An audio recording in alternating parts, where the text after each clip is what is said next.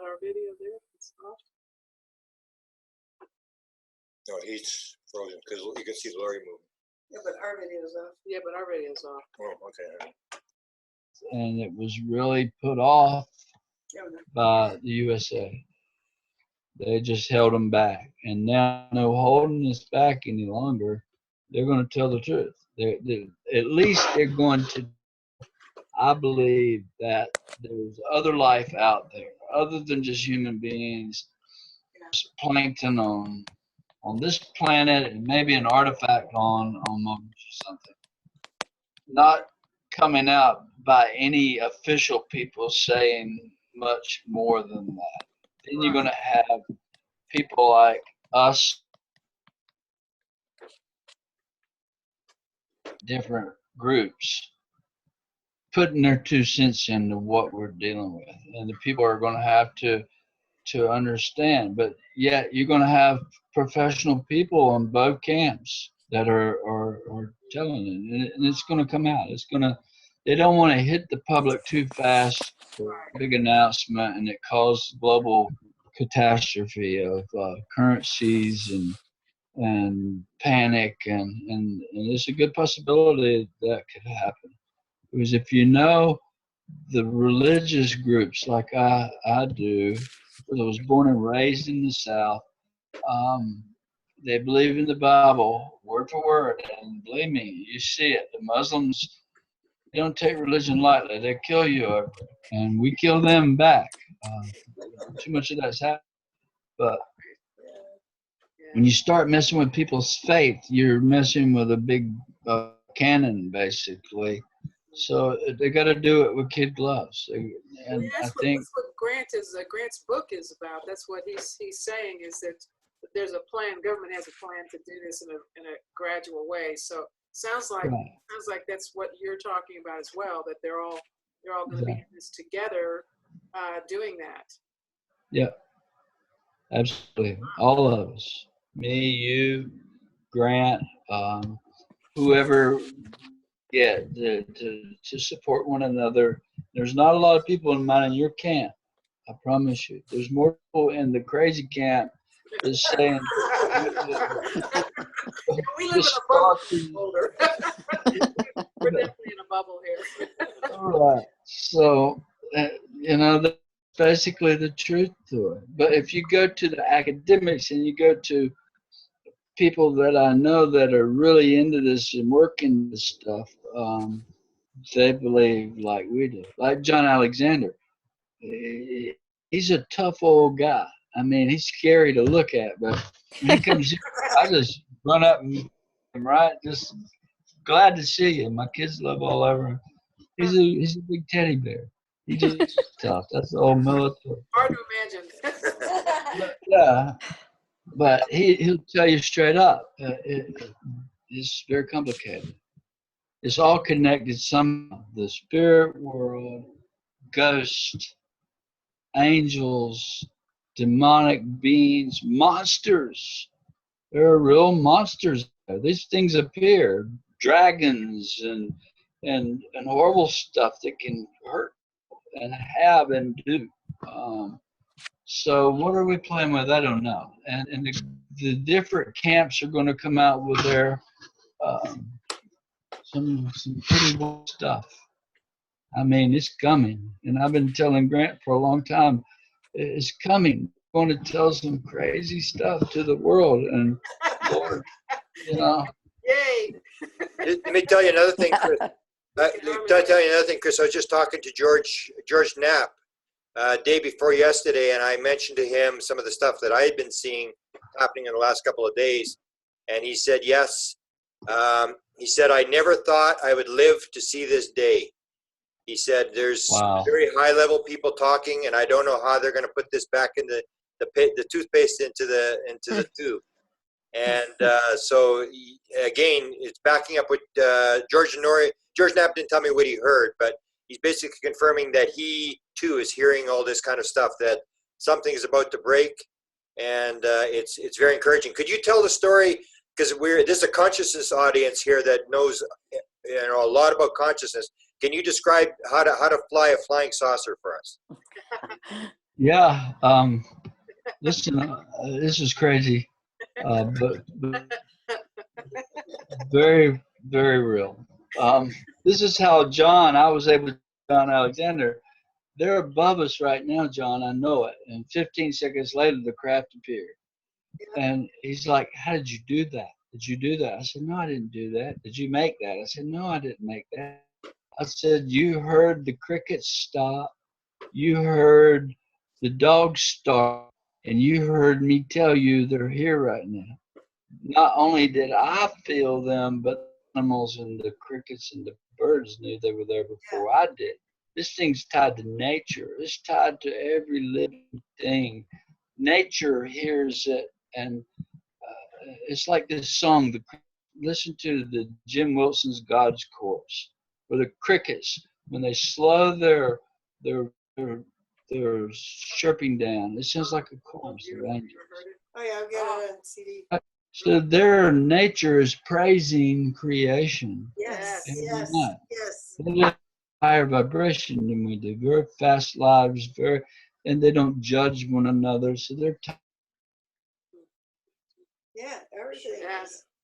Don't tell me sports. Oh, it happened too. so to explain that. Hit question again, Grant. I got off. How do you fly the How do cricket? you fly the craft, right? Okay.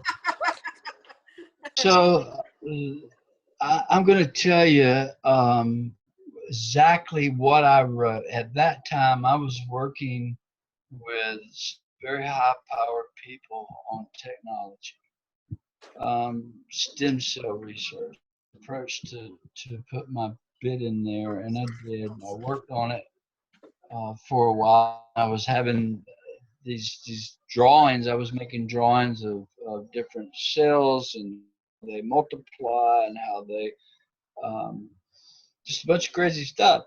And I was working with these doctors and these people, and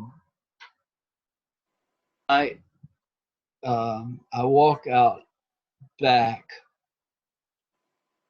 on out there in the middle of the night, and it was like they tell me, they would come and they would say, get up. When the lady came, there were 3 beings in my room. Get up and come with us. Well, I get up and I go outside, and there's a craft in the yard. It left big marks in the yard, 15-foot circles, and smudged down 3 inches and burnt the grass to nothing. Well, I got right up to it, and it had just stopped glowing.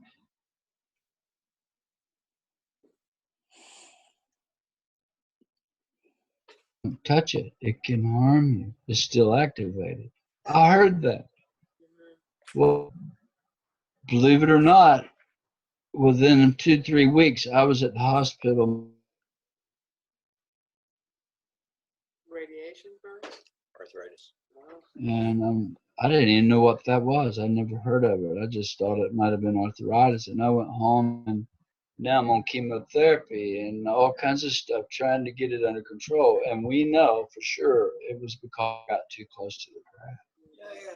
Yeah. Before it had powered down completely. That's the draw on that. But a door opens up, and as it has many times a door, and this thing extends down, and you just walk right on board. And I was invited to fly this craft, the very one that made me sick, the one that caused me to lose 2 dogs. They got too close to it, and they died from just some radiation poisoning. Be sure of that. You just can't get close to these things. And we know this. I've been warned by many within the secret community, in different places, don't get too close, not when they're still activated. They don't know they're doing that to the human body. They just come to help, right? So,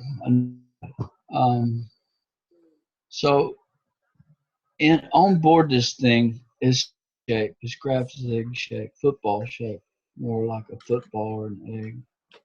And somehow or another, the walls, well, I take you to the step. There's a pedestal in there that looks like that something you would put flowers on, a Roman type pedestal.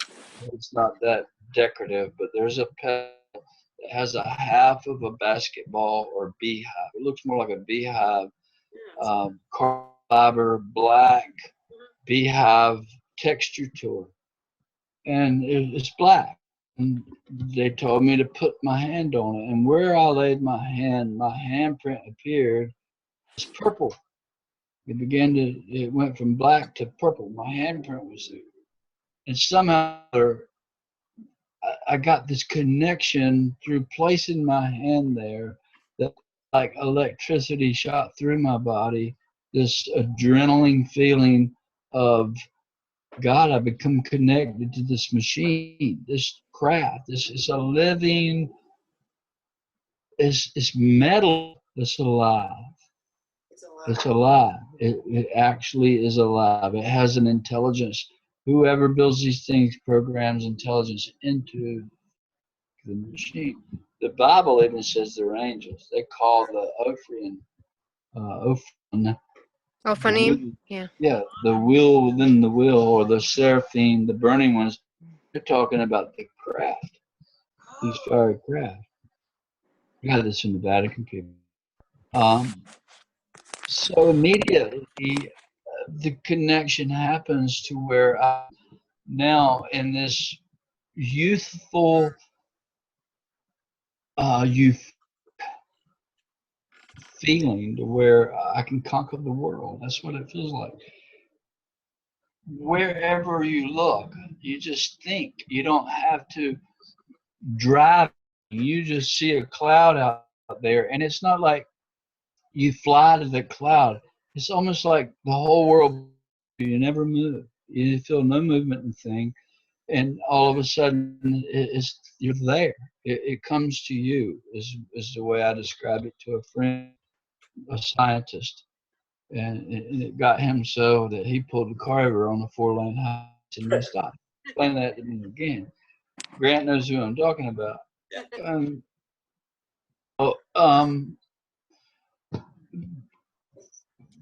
One of the greatest things was I went down the Cape Fear River.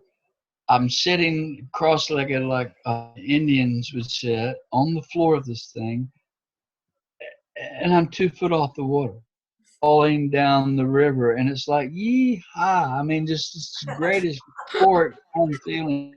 Anywhere I wanted to go, I was there, and that's my experience of this thing. It's a connect process that I can never ever forget.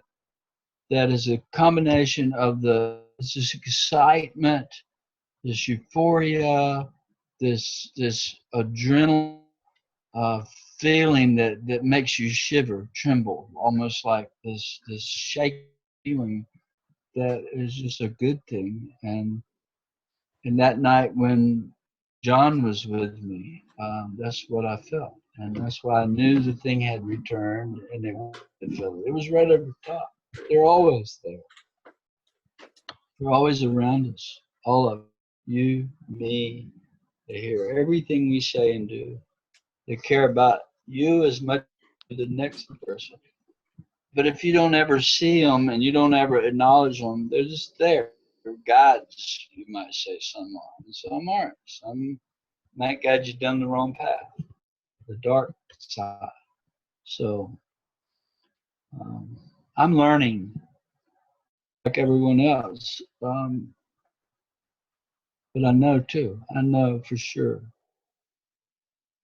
And the Cape Fear River is where your first incident occurred. So you go from the fearful to the flying the craft there. Yeah, yeah. So and when you say you're learning, Chris, you mean are you becoming more discerning, or are you just more trusting of your inner knowing, your inner feelings, your perception, direct perception? I'll have to 100% protect. And I'm missing some of what you're saying there. If you can. You must have broken up. Try it again. Okay. Yeah, I was just asking when you were saying that you're learning, when you were talking about being led down the dark side, on the dark side, that you were learning, or were you talking about becoming more discerning through trusting your direct perception more? Is that what you're learning? Yeah, I've learned a lot. I've learned a whole lot, especially when the lady came, because I didn't. I wanted to believe and trust in what they were telling me from the beginning, but my religious conviction and my friends and wife and family and everybody was playing with demons, and I'm like, I was praying to God. Is that how it works? The demons come and you're praying. I was in the darkest 5 years of turmoil, with the family being laughed at and ridiculed because of the show, and I just kind of went in a hole for 5 years. I just wanted it out, and the more I tried to shut it out, the more they would come calling. They would show up, and that's how I learned the craft and all kinds of things, many things. I mean, so much. It's unbelievable. Groups of people, 20 people at a time with me, and the things would appear and stuff. Balls of fire, flaming balls, um, and I'm trying to fight this inner knowing what I thought, but what I wasn't sure. But when the lady came, when she came, she made it clear to me that they work for her. They work for her. She's the queen. She's the queen of heaven. She's the mother. She's the Gaia. She's Mary, Mother Mary. She's all that, Hathor, Isis, whatever you want to call her. She's very real, very much there. She's very much in control. She was very much sad.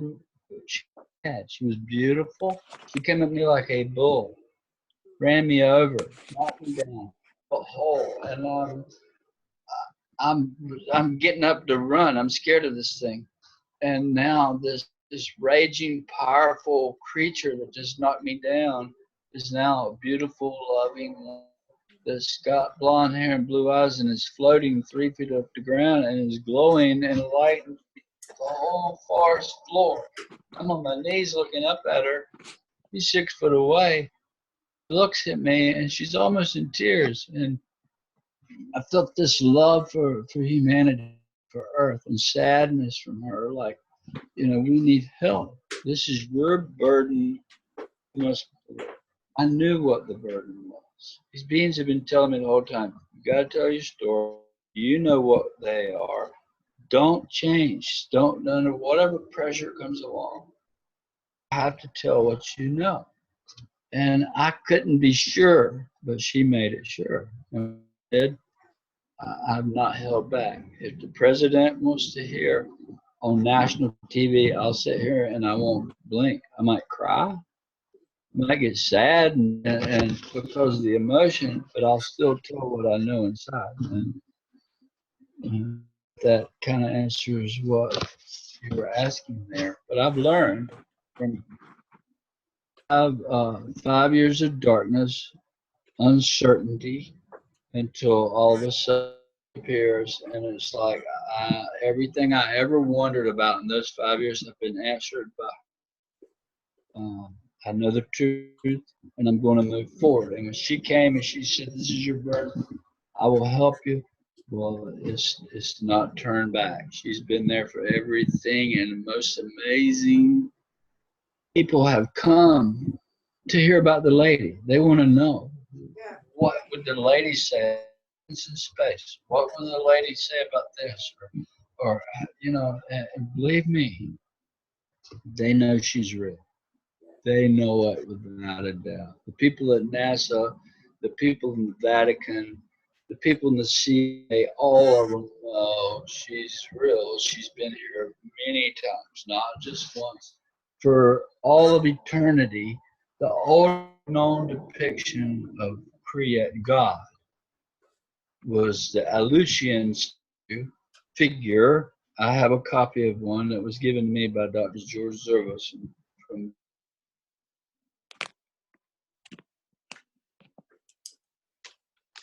she's nearly 800,000 years old, and it's of a female, a mother. Same Ullendorf figure, 50,000 years old, a human being made, a little metal statue, 50,000 years old, and it's of a woman with no face, a beehive over her head, of all things, a beehive. Her face is hidden, but it's of a female. And so, woman, the mother, has always been worshipped and always been known about from the beginning. It was the church that took her power, the manly, masculine energy, and stole it away. And this was another. We've got to bring the balance back. The balance. Bring the balance back. Yeah, yeah. It was the lady and it was the beings that told me to call Grant Cameron and tell him that they put messages within the music. I didn't know about that. They told me that on the computer, and I write Grant. I said, Grant, these beings came to me last night. I should call you or write you and tell you, they gave me your name. I didn't tell him that. That they put messages within the music to research it. And Grant, who didn't listen to music, doesn't listen to music. That's the most hilarious part. That is like so funny. Right. But it's true. I mean, he's discovered that, and amazing. It's totally amazing. And I might even get to meet Robert Plant of all. Really. Wow. I mean, I just spent 3 days in the day with his daughter's best friend. Huh. Yeah, and her. It was all arranged because she was seeing orbs and was scared to death, and pressing people to meet her and try to figure out what was going on. And we went out as her Joshua tree, and these big blue orbs appeared and came right at us. And she's like, "Oh my God, are you seeing that?" I said, "Yeah, too." That's awesome. Wow. Yeah, this was a movie actress for me. And she said, "Oh, by the way, I have Robert Plant on the chat. His daughter." That's Are you awesome. kidding? That's the songs I gave Grant. Yeah. There was Kashmir of all things. And Yeah. many more. The Battle for Evermore. Yeah. Neil Young to get his attention, I think. Yeah. I think you coming forward is going to help other people come forward too, because like even the law office where I work, I remember when I first went to work there, my sister said, "Don't ever talk to anyone here about your beliefs." She said they don't like it. Don't ever do it. You know, my sister's very dogmatic, right? Very religious, and I said, "Okay, well, whatever. Good, you know, sure." And within a month, right, I was talking to people, right? So then all these different people started telling me about their experiences and stuff, and really, I'm just amazed at how many people, lawyers, staff, the woman next to me whose husband is a preacher now, I'm convinced she's an experiencer, and her daughter too. And I think it's going to be like once this movie or whatever comes out and people start realizing that it's not separate, that the experience of God, angels, and beings visiting you and you flying a craft, it's okay. It's all okay. It's the feeling of unity and love that, and I think that once that happens, I think so many people are going to come out of the closet, sort of like, to use the metaphor, and say, "Gosh, I never wanted to tell anybody this, but it's been happening to me too." And so that's what I've been trying to do at the law office, just try to just put that little seed in people's and yeah, I mean, all kinds of people will tell me, oh yeah, I saw something once, or I was in Arizona and a ship came down, and then my coworker's wife, you know, she thought she had been taken by accident. She said, oh no, I think they took me by accident. And I'm like, I don't think they, and I didn't say I don't think that's right, but I just said, oh, okay, that's okay. You know, yeah, I know what you mean. Sometimes you can be there and just happen to be there. And months went by, and like a week ago, I had this feeling like I should contact her. I just had a strong feeling like I should contact her because I knew her husband was out of town. And sure enough, her husband said, you know what? They came to her last week, and she saw me spilling my coffee, even though he was in San Francisco and she was here in Southern California. And he said, and she's more accepting of it now, you know, that no, it's not an accident, it is happening. And she seems to be getting better about acknowledging that this is happening. And so I'm really glad that you despite everything you've been through, that you've come forward, because it's such an example of what the experience of one person can like touch so many people, you know, if Yeah. Yeah. Absolutely. Yes.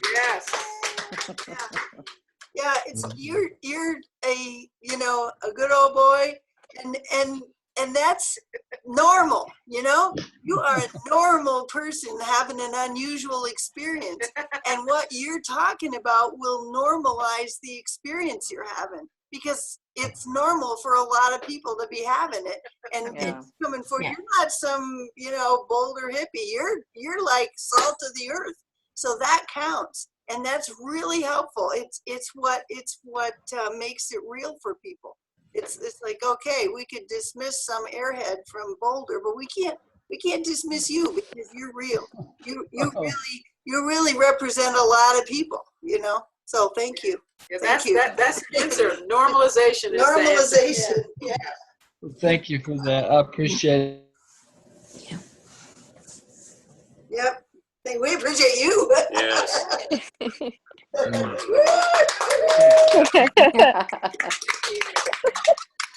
Thanks for your time, Chris. We appreciate you. You're probably at 1 o'clock in the morning. We'll let you go. And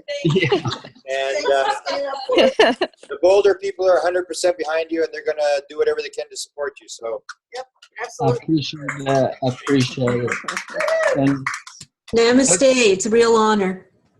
I would love to one day, maybe I can be in your area and have a nice sit down. It would be wonderful. Couple evenings. Love that. Love it. That would be. they'll take you and show you the mountains. They took me and showed me the mountains. So they'll take you up there. It's awesome. Yeah, maybe I can come back with you next time, Grant, and we can all have a good time. Yeah, I'm going to come visit you. So keep that in mind. Yeah. Thanks a lot. Good night. Night, everybody. Thank you. Good night. Thanks. Bye.